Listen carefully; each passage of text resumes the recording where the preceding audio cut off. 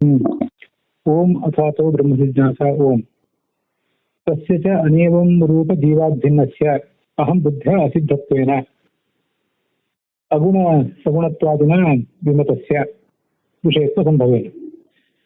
ಈ ಪರಮಾತ್ಮ ವಿಷ್ಣು ಏನಿದ್ದಾನೆ ಅವನು ಜೀವನಿಗಿಂತ ಭಿನ್ನನಾಗಿದ್ದಾನೆ.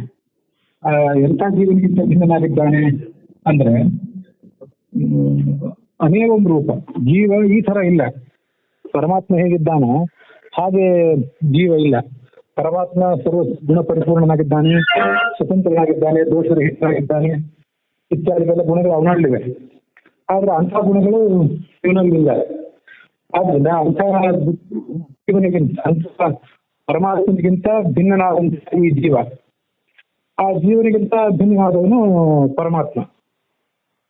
ಅನೇವಂ ರೂಪ ಜೀವಾತ್ ಭಿನ್ನತ್ವೇನ, ಪರಮಾತ್ಮನಂತಿಲ್ಲದ ಜೀವನಿಗಿಂತ ಭಿನ್ನನಾದವನು ಈ ಪರಮಾತ್ಮ.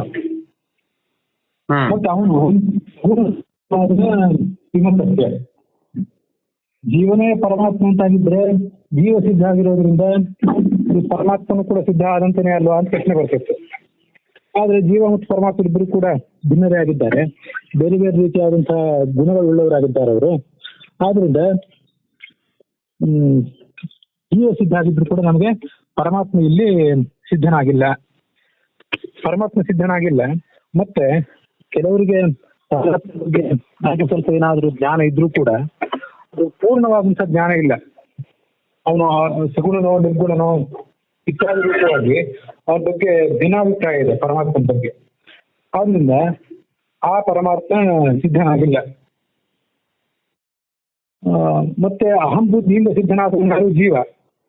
ಅಹಂ ಎಂಬುದಾಗಿ ನನಗೆ, ನಾನು, ನಿಮಗೆ, ನೀವು ಸಿದ್ಧರಾಗಿರುವುದು ಯಾರು? ನನ್ನ ಜೀವ. ಹೊರತು ಪರಮಾತ್ಮ ಸಿದ್ಧ ಆಗಿಲ್ಲ. ಸ್ವಲ್ಪ ಯಾರಿಗಾದ್ರೂ ಪರಮಾತ್ಮನ ಬಗ್ಗೆ ಸಂಸ್ಕಾರದಿಂದ ತಿಳುವಳಿಕೆ ಇದ್ರೂ ಕೂಡ ಅವರ ಗುಣ ವಿಶೇಷಗಳ ಬಗ್ಗೆ, ಅವತಾರ ವಿಶೇಷಗಳ ಬಗ್ಗೆ ಎಲ್ಲ ವಿಮತಿ ಇದೆ, ಅಂದ್ರೆ ವಿವಾದ ಇದೆ. ಈ ವಿವಾದ ಇರೋದ್ರಿಂದ ಅವನು ವಿಷಯನಾಗ್ಲಿಕ್ಕೆ ಸಾಧ್ಯ. ಈ ಪರಮಾತ್ಮ ನಮ್ಮ ಜಿಜ್ಞಾಸೆಗೆ ವಿಷಯನಾಗ್ಲಿಕ್ಕೆ ಸಾಧ್ಯ. ಅವನ ಬಗ್ಗೆ ಪೂರ್ಣವಾಗಿ ಗೊತ್ತಿದ್ದವರು ಈ ಬ್ರಹ್ಮಸೂತ್ರವನ್ನೇನು ಓದಬೇಕಾಗಿಲ್ಲ, ಹೌದು. ಆದ್ರೆ ಪ್ರತಿಯೊಬ್ಬರಿಗೂ ಕೂಡ ಅಜ್ಞಾನ ಇರೋದ್ರಿಂದ, ಅವನ ಗುಣಗಳ ಬಗ್ಗೆ ಒಂದು ವಿವಾದ ಇರೋದ್ರಿಂದ ಅವನು ವಿಷಯನಾಗ್ಲಿಕ್ಕೆ ಸಾಧ್ಯ. ವಿಷಯತ್ವ ಸಂಭವೇನ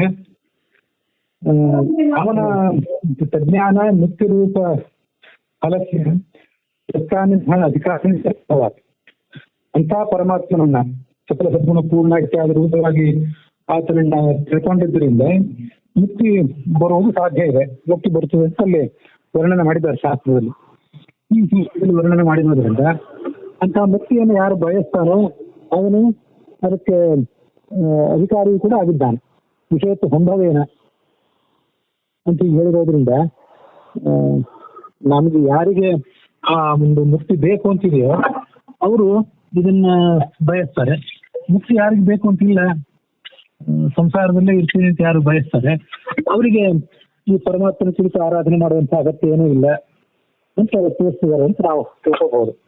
ಮತ್ತೊಂದು, ನಾನು ಈ ಹಿಂದೆ ಎಷ್ಟೋ ದಿನ ತತ್ವನಿರ್ಣಯ ಪಾಠ ಮಾಡುವಾಗೆಲ್ಲ ಹೇಳಿದ್ದೆ, ಈ ನಮ್ಮಂಥವ್ರು ಪೂರ್ಣ ಜ್ಞಾನವನ್ನು ಇಟ್ಕೊಂಡೇ ಮೊದಲು ಪ್ರವೃತ್ತಿ ಮಾಡೋದಲ್ಲ. ದೇವತೆಗಳ ಮೊದಲಾದವರಿಗೆ ಮೇಲ್ಮೇಲೆ ಹೋದಂತೆ ಅವರಿಗೆ ಜ್ಞಾನ ಜಾಸ್ತಿ ಇರುತ್ತೆ. ಆದ್ರಿಂದ ಅವ್ರಿಗೆ ಮೊದಲು ಪರಮಾತ್ಮನ ಅಸ್ತಿತ್ವ ವಿಚಾರಗಳ ಬಗ್ಗೆ ಸಂಶಯ ಏನು ಇರೋದೇ ಇಲ್ಲ.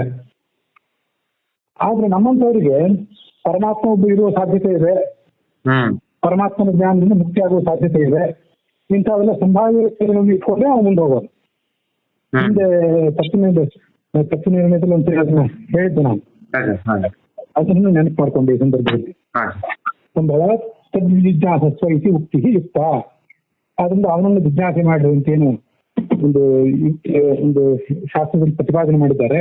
ಆತ್ಮಾವರೇ ದೃಷ್ಟವೇ ಇತ್ಯಾದಿ ರೂಪವಾಗಿ ಆ ಜಿಜ್ಞಾಸೆ ಮಾಡಿ ಅಂತ ಹೇಳಿದ್ದು ಉಚಿತವಾಗಿದೆ ಅಂತ ಅಭಿಪ್ರಾಯ. ನೋಡಿ